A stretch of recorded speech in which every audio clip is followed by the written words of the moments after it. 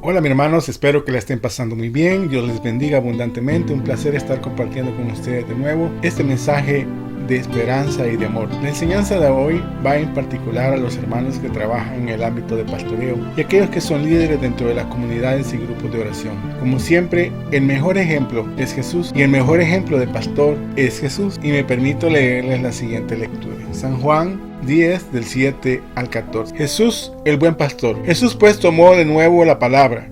En verdad les digo que yo soy la puerta de las ovejas. Todos los que han venido eran ladrones y malhechores, y las ovejas no les hicieron caso. Yo soy la puerta. El que entre por mí estará a salvo.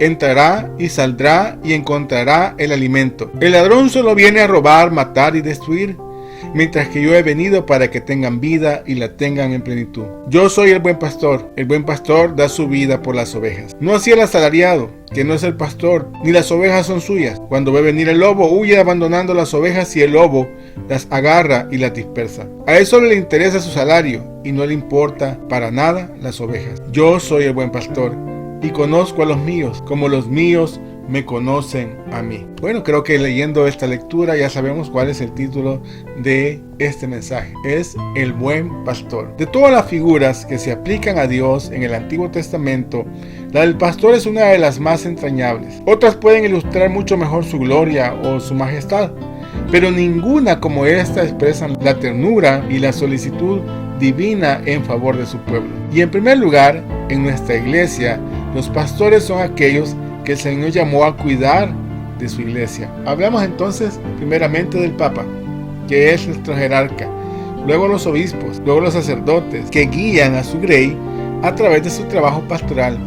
Pero viéndolo en un ámbito más pequeño, dentro de nuestras comunidades de oración, son las personas encargadas del pastoreo, incluyendo a los que dirigen a las comunidades y los que tienen que desempeñar ese trabajo. En este pasaje Jesús se identifica como aquel a quien pertenecen las ovejas, el buen pastor, al que oyen y siguen, aquel que las guía a buenos pastos y las protege de los enemigos, dando incluso su vida por ellos. Nos habla de propiedad, nos habla de cuidado, nos habla de protección, de conocimiento íntimo de cada una de ellas, de amor ilimitado y sacrificado. En este versículo Jesús manifiesta que el verdadero pastor se distingue en 5 aspectos. 1. El portero le reconoce como el pastor y le abre la puerta del redil. Las ovejas reconocen su voz y reaccionan a su llamamiento. 3. Conoce bien a su rebaño y llama a cada oveja por su nombre particular. 4. Cada día saca a su rebaño a comer, deseando que estén sanas y bien alimentadas. Y 5. Da su vida por las ovejas. En cuanto al pasaje, todo gira en torno al símil del pastor y las ovejas.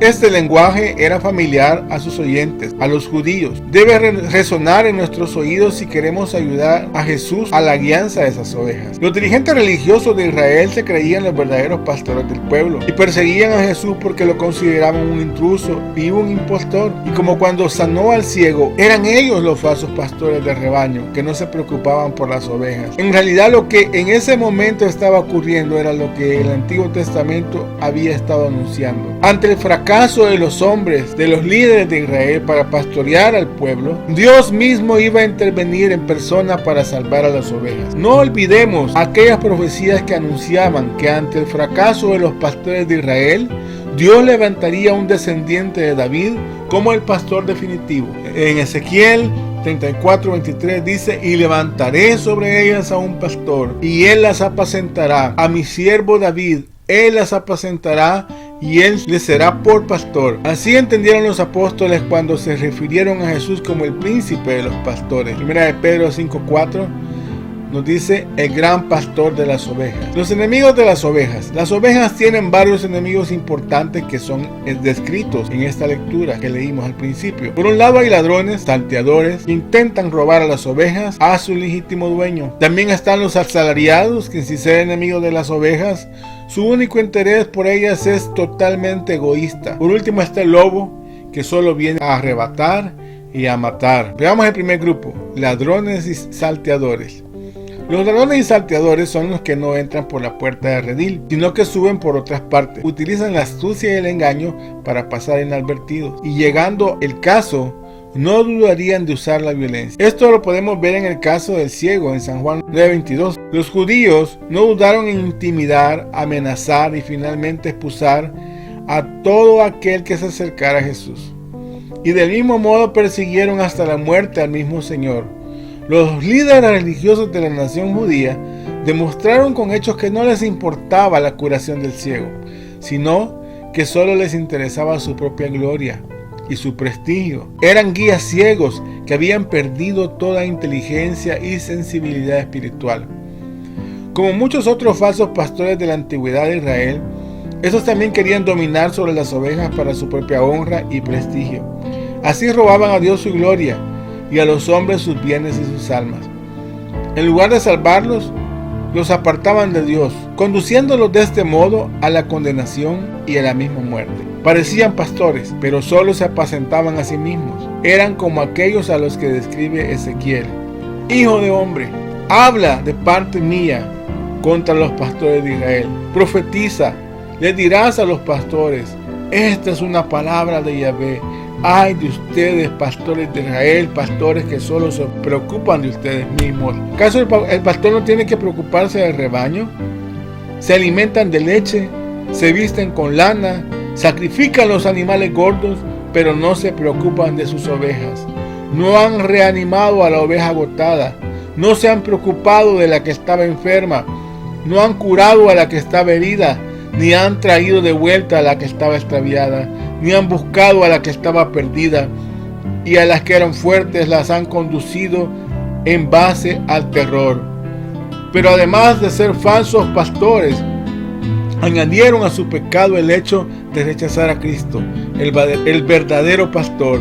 Es por eso que el Señor se refirió a ellos con duras palabras: todos los que antes de mí vinieron eran ladrones y salteadores, dijo. Hermanos, muchas veces también en nuestra vida cotidiana nosotros podemos ver cómo hay actitudes en muchos dirigentes de grupos que, lejos de preocuparse por las ovejas y de estar pendiente de sus necesidades, de sus problemas, de estar viendo cómo atrae más personas a la iglesia, de cómo el número crece, de cómo enseñarles para que no se pierdan, muchas veces nos vamos por la tangente y empezamos a llevarlos por nuestro propio rumbo. Por supuesto, no solo aquellos religiosos con los que Jesús se enfrentaba abiertamente eran ladrones y salteadores.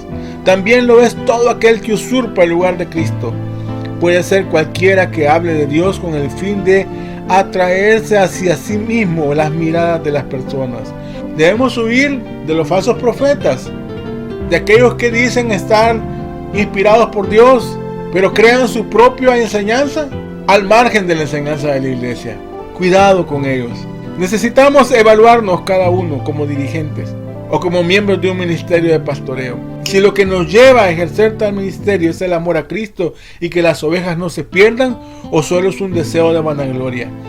Los servidores deben de tener momentos de encuentro en los que se evalúe cómo está nuestro trabajo y se haga conciencia de dejar ciertas actitudes que no nos conducen más que a la destrucción de nuestras comunidades.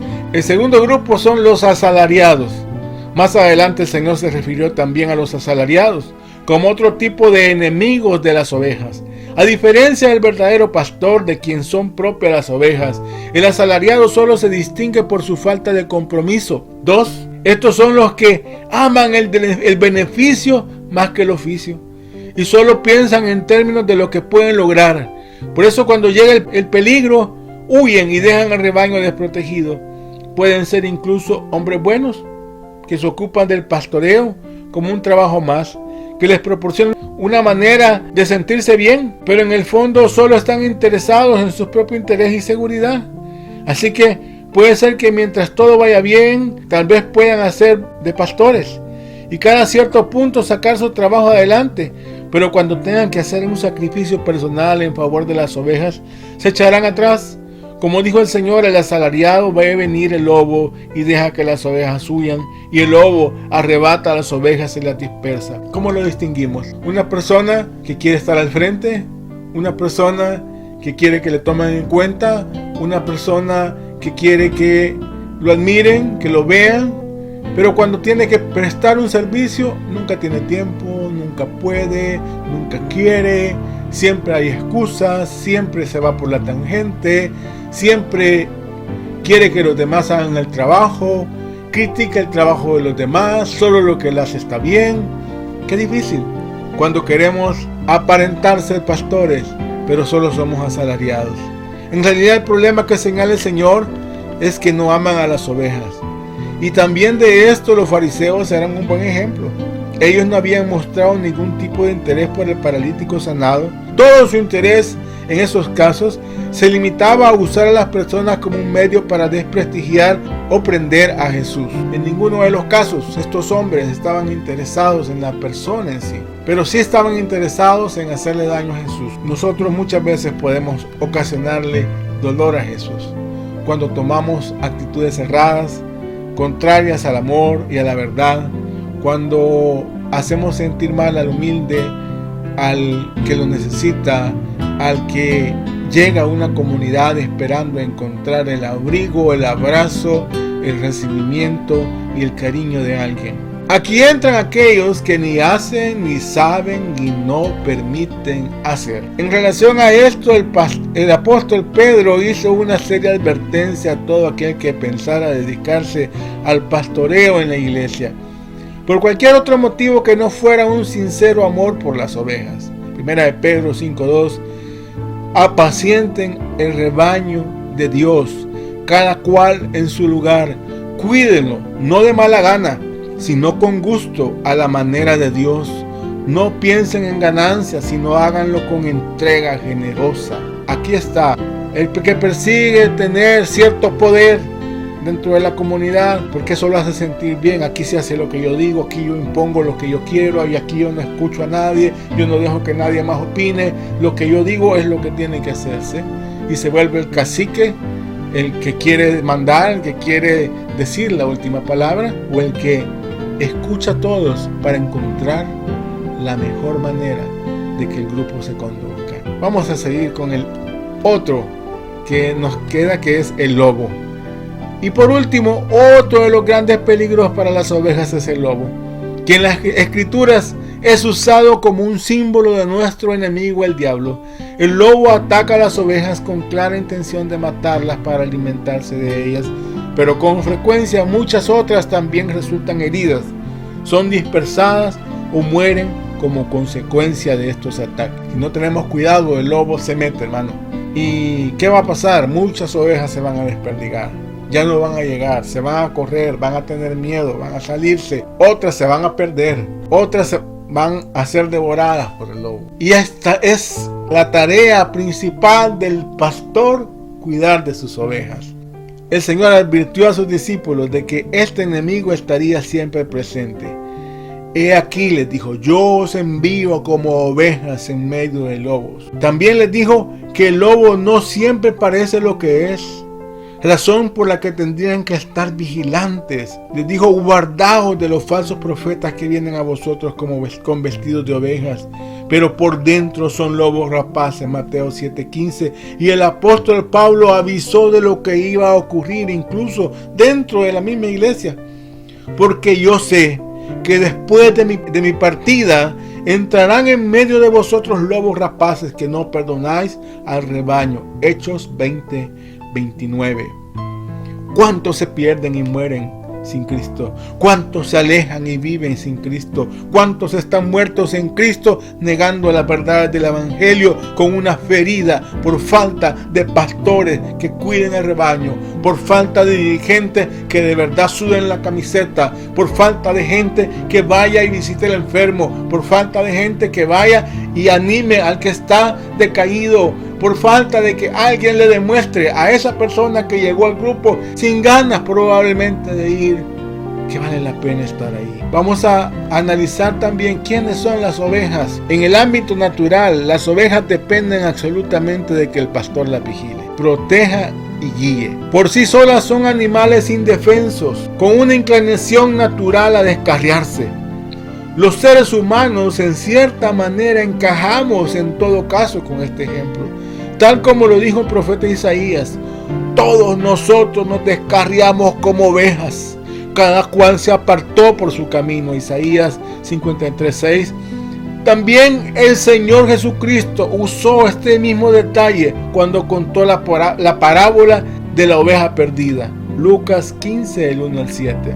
La actitud de la oveja es la sumisión y la dependencia, razón por la cual el Señor las escogió en numerosas ocasiones para ilustrar lo que es un creyente que comienza, porque todavía no tiene las herramientas necesarias para saber conducir su vida, porque fácilmente se descarría, porque fácilmente pone su mirada en otras cosas que no son Dios, porque fácilmente son atraídas por el lobo y por eso nos parecemos a las ovejas.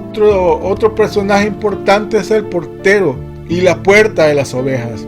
A lo largo de esta alegoría, Jesús se identifica como la puerta de las ovejas y el buen pastor. Esto no implica ninguna contradicción. Jesús es tan grande que su significado no se puede nunca llegar a expresar plenamente. Ningún símbolo puede por sí mismo describir su plenitud. Y en este caso, Él mismo es la puerta y Él mismo es el portero. ¿Ve la analogía? O sea, Dios puede optar todos esos roles porque es Dios. Y hoy lo vamos a tratar de explicar. De cualquier modo, y en este caso no es difícil entender que pudiera hacer las dos cosas a la vez. Pues como ya hemos dicho y señalado, un pastor se podía colocar en la puerta del redil, dando acceso a otros pastores, actuando como si fuera la puerta de las ovejas. La figura de Jesús como la puerta de las ovejas nos recuerda que es el único acceso legítimo para entrar al reino de Dios. Solo entrando por medio de Él podemos encontrar la salvación de nuestras almas. Cristo mismo es la puerta entre el cielo y la tierra que vio Jacob en Betel. Génesis 28:17. De nada sirve que tú quieras entrar a un lugar y solo te quedes viendo la puerta. Necesitas pasar por la puerta. Y hoy, hermano, estamos aquí pidiéndole al Señor que nos permita entrar, que nos permita un día estar con el Padre y con Él en el paraíso y con el Espíritu Santo. ¿Vamos a entrar a esa puerta o solo la vamos a ver? Eso va a depender de ti. En cualquier caso, es necesario subrayar que esta puerta está abierta para todos los hombres sin importar cuán pecadores sean. Aunque también es cierto que llegará un día cuando será cerrada para siempre, del mismo modo que lo fue la puerta del arca de Noé, y entonces vino el juicio para la humanidad, como en Génesis 7:16. Está en ti la decisión, está en ti el querer entrar por la puerta. Ahora vamos a hablar del redil. El redil era un terreno cercado en el que cada pastor metía sus ovejas al atardecer, dejándolas al cuidado de un portero. Por la mañana los pastores volvían y el portero les abría. Entonces cada uno separaba sus propias ovejas llamándolas. Una vez reunidas, el pastor las sacaba afuera y les seguían a donde quiera que las guiara. En la alegría del redil representa al pueblo de Dios, lo que apunta indudablemente que ese rebaño es la iglesia.